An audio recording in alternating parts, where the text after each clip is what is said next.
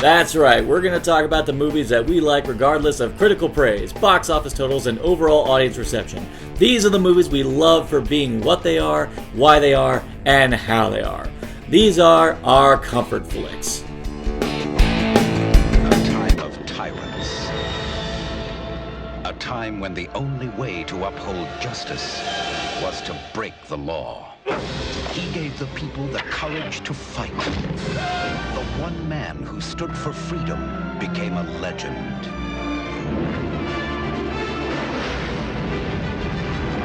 Robin Hood, Prince of Thieves. Hey, we're going to do a Robin Hood Prince of Thieves video. Yes, we're going to get this joke out of the way.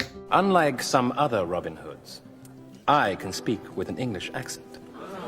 Robin Hood Prince of Thieves, directed by Kevin Reynolds, one of a couple of collaborations between Kevin Costner and Kevin Reynolds. I think this is one of the ones where I think they still liked each other. Robin Hood Prince of Thieves came out in 1991 and was one of the biggest hits in that year. And it's funny because it was also critically drubbed when it first came out, principally because they said that it was too gloomy and too brutal, and yet they didn't have a problem. And they didn't have a problem when Batman was brutal and gloomy. And they said the kids wouldn't like Robin Hood Prince of Thieves because of that reason. I didn't see it when it came out. I saw the toys and, you know, the fact that the Ewok playset was repurposed into the Sherwood playset. It's pretty funny. That is pretty It funny. worked. But I didn't see it. I just didn't care. I think I was around like 12 or 11 at the time. So, yeah, like the age that could have seen it, I heard it was like... That movie, it was all, like, you knew of it. I knew about it and everything. And that video, the music video. Oh, Bryan Adams. That was on TV all the time. That song was unstoppable. I suppose where their brand is coming from is because prior exposure to Robin Hood in cinema was, of course, Errol Flynn was a beloved choice. For me as a kid, and me like a lot of kids, especially in my age group, was the anthropomorphic animals version of Robin Hood. Variation was, you know, very clean, very sweet, and like sword fighting, but it's like not really a thing. Yeah. This is like, oh no, they die. Yeah. There's brutality, but compared to nowadays, look at it's actually the one thing is it's not dark. I don't know where dark came from. I mean, just characters die. Well, I suppose when the start of the movie begins in Jerusalem, where you're seeing people get their hands cut off. Given the fact that Robin Hood has pretty much been proven to just be a figment of legend and not actually meant to be taken in any way, form of reality, You can't take any of this too seriously.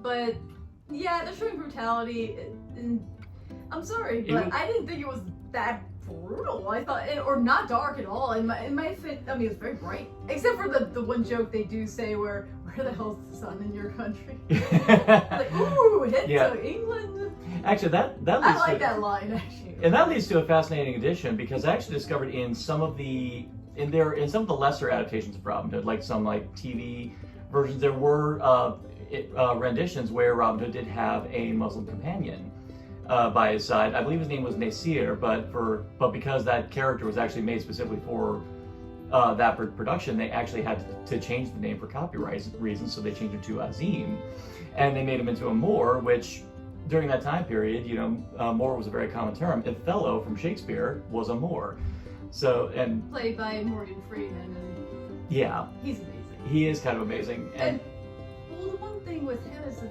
his character's not the butt of any joke. He's like the smartest, most intelligent, level-headed person. Everyone else looks like, even he gets frustrated with like, how do you people even function? How did your uneducated kind ever take Jerusalem? God knows. And I actually did some additional research. I was expecting to hear like some kind of backlash regarding this character, but I actually found out that some academics, especially people who are scholars in teachings in Muslim teachings, actually say that Azim's actually a great character because he is a positive portrayal of the Muslim faith. Because not only is he devout, he's never once like the butt of any jokes as far as his faith, and actually leads to some pretty damn good conflict between him and Friar Tuck, because there would be, especially around the time of the Crusades. But they never ever treat him as a figment of derision, or they never treat him as a caricature in any shape, way, or form. If anything, Friar Tuck becomes a caricature. Come, my barbarian friend.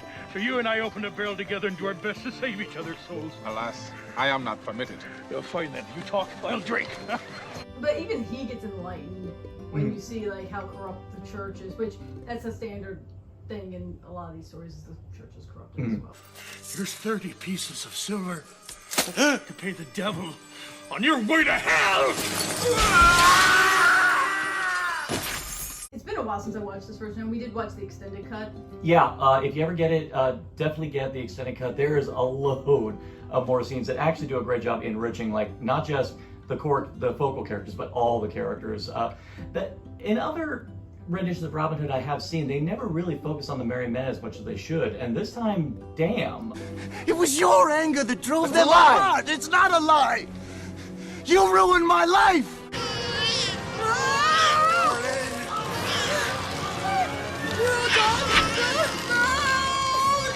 You actually have like major scenes with every single one of the merry men. They have connections to the other characters, even like characters you don't maybe remember their name, but you know that they're associated with them. I mean, Little John's son gets good scenes. Gets really good scenes. His wife's a badass, and she gets some amazing scenes. I love Fanny. Don't bleeding crack grow. You get hurt. I've given birth to 8 babies. Don't you talk to me about getting hurt, you big ox. One of the things I noticed was there's a scene where the Celts are brought in, and they're like, let's show them how badass they are. The guy burns his hand on like a piece of wood, and they're like, whoa, that's very impressive.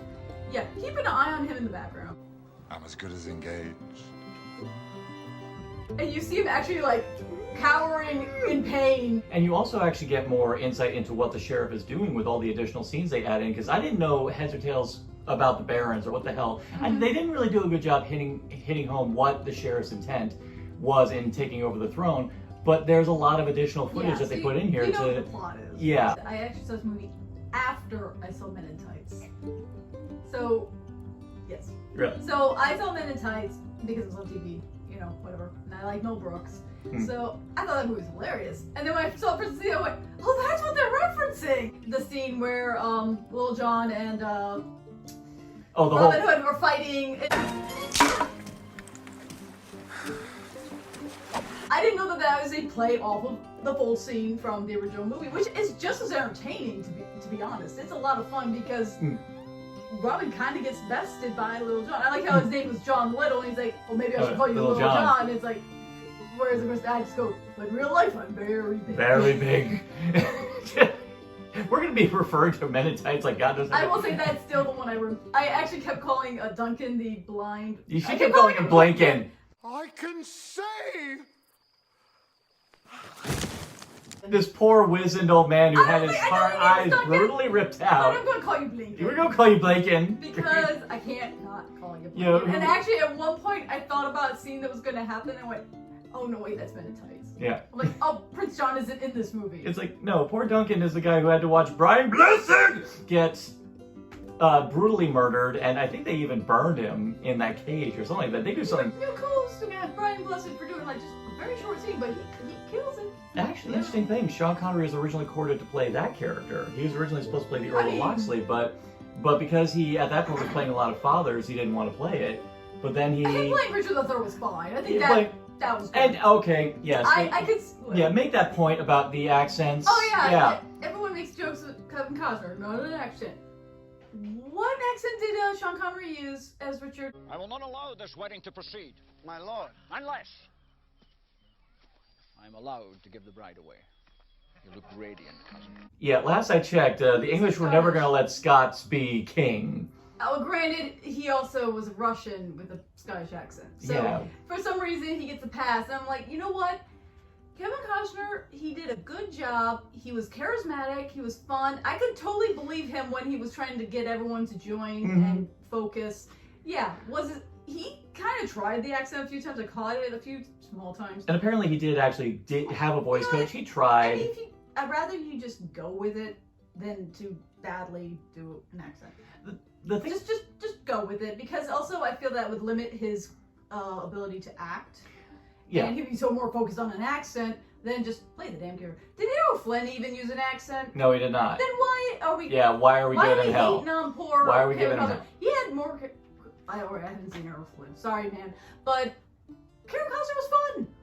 I would have followed him. He was cool. The other thing I gotta give to Kevin Costner, even for all of his, whatever accusation you throw at his performance, the thing is, he still had the presence. I still had no problem, even now, with all of my feelings like Kevin Costner, I can still watch this movie. I can still look at Kevin Costner in the role. I can still believe that he's able to have killer skills with archery. I can still believe him in a sword fight. He still was able to... Every time he pulled an arrow and he like licked the side, Yeah. I'm like, It did he's gonna look- do it! He's it gonna did kick. look- And I'm sorry, but it's in every trailer and it was in every commercial, but that bit where he fires the flaming arrow and this explosion behind him, Yeah. it's so like hero moment, but you kind of want to air punch that moment. Like you're like, yeah, Yes. get him! I love the production design of Robin's lair in Sherwood Forest. I love I'd that. live there. I loved him up at the, yeah, honestly, that... I mean, it's kind of like Ewok Village a little bit, but like less. But I loved how he actually had like a whole establishment. They had a whole water reservoir they had. I like it was that But- they were using a reservoir. Works. Kind of. Of course it works. My favorite whole like chunk of the movie is actually when Marion shows up at the camp, and That's a great scene. Her scenes with Robin Hood, like they start simple enough of, hey, you're back. I haven't seen you since you're a little bitch. But all I remember of you is a spoiled bully who used to burn my hair as a child. They build on scenes very well between them, so it's their connection to each other. I mean, aside from they knew each other when they're kids, it's built. Mm-hmm. And I totally see why he wants to save her, go out and save her, because she gets, Well, that's actually a very interesting thing, which prior to this movie, not very many Robin Hood adaptations ever did this, but the screenwriter actually did actively research the time period where it took place in. I think a lot of firsts were in this movie, like the idea that Robin Hood actually took part in the Crusades, learned to fight from there, and the idea that he was an aristocrat prior to it, but then went to fight because, of course, at the time, if you were a nobility, you fought for the king, fought for God. Most other adaptations I had seen prior to this really never got into Robin Hood's background. We just knew him as just this guy with a lot of bluster and bravado who... Well, and the thing is, even his bravado, and you can see it was learned. He's a guy who's seen a lot of shit, and he comes back, everything's gone, and he's just being open about it. Yeah. Like, when the bounty on his head is pretty high, and they're like, we could just turn you in, he's like, yeah, and you'll all get hung. And this will just keep happening. In the beginning, a lot of people who knew him when he was younger were incredulous towards his endeavors because of his past as basically a spoiled rich boy. But I like how they actually do play with the idea that because he's seen some shit in the 5 years he's been on the Crusades, and to come back and you see that, and to actually maintain, no, I'm not the guy I was when I left. They give him layers. Prince John's not in this movie. Yeah. I'm glad that Prince John's not in this movie. And there's a reason for that. And you thought we wouldn't be talking about it. I'm gonna cut your heart out with a spoon! Prince John were in the movie, that means we wouldn't have gotten as much of Alan Rickman as the sheriff of... Nottingham. I almost said Rottingham. You almost said Rottingham? More Prince John would mean less Sheriff of Nottingham, and less Sheriff of Nottingham would mean less Alan Rickman. Would you prefer pain or death? Death. Torturing. The best thing in the movie. Alan Rickman is so good in this movie. Rumor has it, either Kevin Costner or the studios were threatened by the prospect that Alan Rickman was going to upstage him, and it said that a lot of the reasons why the scenes were cut, especially a major subplot with him, was cut because they were worried that he was going to upstage Kevin Costner. I will bet $50 that it was probably Kevin Costner. Every scene with Alan Rickman as the sheriff is priceless. And the thing is, you think they're priceless at the beginning, and then they just keep growing in value. Yeah. And it just keeps getting better and better. And he doesn't stop. Like, the man somehow knew how to get even better in this whole movie. And then even after you watch this movie, and you find out that a lot of the great stuff that came from Alan Rickman's movie was improvised by Rickman himself, all of a sudden going back to knowing that gets even better. Lines about calling off Christmas. And call off Christmas. You, Myram, 10:30 tonight. You, 10:45. Bring a friend. He had turned down this role twice. They had propositioned to play this role twice. He turned it down twice. The thing that nudged him to do it was when I believe it was the director Kevin Reynolds promised him that he would have carte blanche to do whatever the hell he wanted. And that's what he did. Clearly, promise kept. Bless you, Alan Rickman, for this is what you brought us. Choose to play Mortiana is very obviously on the same level or on the same wavelength as him, because her timing, right when he's like, Something vexes thee. I commend everyone who had to play off of him because that had to have been difficult as hell. Not that it would be difficult working with him, is that you would not be able to crack up laughing. How the hell was Michael Wincott able to still make a strong impression as Guy Gisborne? And he had to play most of the scenes with Alan Rickman, and he was still able to. He's the only one who I think was able to survive not getting swallowed by Alan Rickman. Yeah, I think he might have been the only one. I mean, and I think it's just because of that amazing voice that he uses so well in all his roles. I love him for the fact that the poor man will never be like a romantic lead because he is literally born to be a villain. Yeah. He's like Michael Ironside.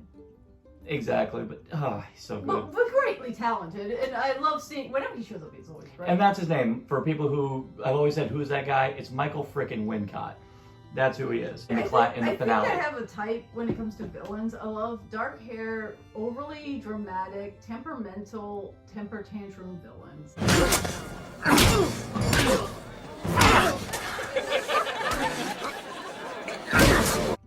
I really do. Yeah.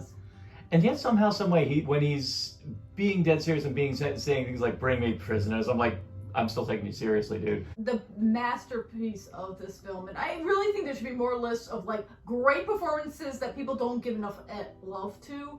Alan Rickman as the Sheriff of Nottingham, freaking amazing. Like I put it up there with Simon Phoenix, Wesley Snipes from Demolition Man. Like you villain of entertainment levels. The villain that elevates a movie that could have been just, decent average fare. Pretty good. But You've the thing, put it up to the stratosphere. Yeah. He has done so much great work. I love him to death. I will flat out say, it's my favorite performance of his. That's always been the talking point for anyone who talks about this movie. It's always Kevin Costner's lack of accent and Alan Rickman. But I do feel that, especially upon revisiting it, there is a lot of value to be had in this movie, owing to the fact that as a Robin Hood adaptation, it still feels like, especially compared to the freaking awful Ridley Scott film. Did anyone actually go see that? I don't know. But you want to talk about dark and boring. Yeah, exactly. Whereas this one, I had no problem when I was a kid in like the 4th grade when I saw this film. I had no problem watching this going, that feels like my Robin Hood. Like, everything I know and love about Robin Hood, I was able to take and I was able to enjoy. The great thing about the film, it's fun. It is fun. It's a fun film. Even when there's quiet scenes, it's still fun. Yeah. That's the problem with a lot of films nowadays when they're trying to do Robin Hood. They're trying to be serious, or they're trying to be gritty, or they're trying to be or edgy, or whatever. Just be fun. Be fun. Be fun. Have fun, and we will enjoy it. Robin Hood, Men in Tights. That's a fun movie. It's a fun movie, but it's not a really good Robin Hood movie, but it is a fun movie, and we still love it. A village does get burned down, so it's just as legit a Robin Hood movie as everything else. Every time they make a Robin Hood movie, they burn our village down. Oh, I would love to know if Kevin Reynolds, like every scene that he wasn't working with Kevin Costner, I'm wondering if he just enjoyed just... He's like, Rickman, do your thing. Just go and do your thing. I can only imagine that he just loved just set the camera there, just set action, and just let Alan Rickman rip. One of the most popular lines, of course, is stab you with a spoon or whatever. Yeah. And then there's another scene, and then it cuts back to his cousin going, why did you say spoon? So keep in mind, this means that this gentleman had this scene on his head of, why did you just say spoon? For hours. To eventually ask, why did you say spoon? Because it's dull, you twit. It'll hurt more. They have a character who sits there, a villain, thinking about, why did my cousin say spoon? That's weird. It's odd. A funny truth, I mean, there was a Robin Hood film that came out recently and that it was an absolute bomb. I kind of want to see it because I want to know how bad it is. Well, and that's the sad part, is that we want to see it because it's bad, but a good one? And yet we seem to keep giving this version hell when there actually is a lot of things to say about it for its worth. It actually, it still feels like a quintessential Robin Hood movie. It has all the bones for a Robin Hood story. I honestly think the critics were wrong. Audiences were correct. And this film made a ton of money. And audiences clearly enjoyed it. So obviously did things right. Critics, they do their jobs, and I respect that. Yeah, sure. But hindsight, this movie is actually really entertaining. It's swashbuckling goodness. It's got good character development. It's got good pacing. Great costumes. It's not just a deep film, but it's Robin Hood. What do you freaking expect? The last one you watched had a fox. Yeah, which I still maintain is in the same continuity as Zootopia. Yeah, that's true. It is so true. It does have a solid three-act structure as far as the progression of the story. Yeah, and yet, again, even though it is Robin Hood's movie, we still actually get a lot of good time to actually learn to care about the rest of the Merry Men. I remember actually freaking out when Little John's son, Wolf, gets hung.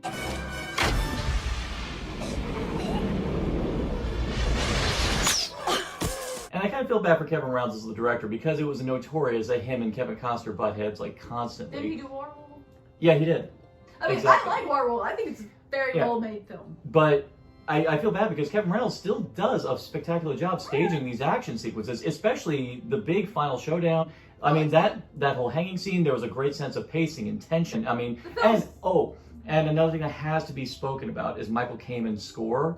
Oh, yeah. That score is so freaking good that Disney actually samples it for their bumpers, for their Blu-ray. I so noticed that. I'm like, man, yeah, that sounds so familiar. That's what it is. That's why. Really but Michael Kamen's score, combined with the editing on this movie, the pacing, that's frankly why I think this movie's way better than anyone gives credit to, especially on a technical level. And as on an anatomical level, as a Robin Hood story, it's a well-told Robin Hood story. It just has these ingredients that tend to upstage it, that in everyone's consciousness that people love to poke fun at. I feel like people who say that haven't watched it recently.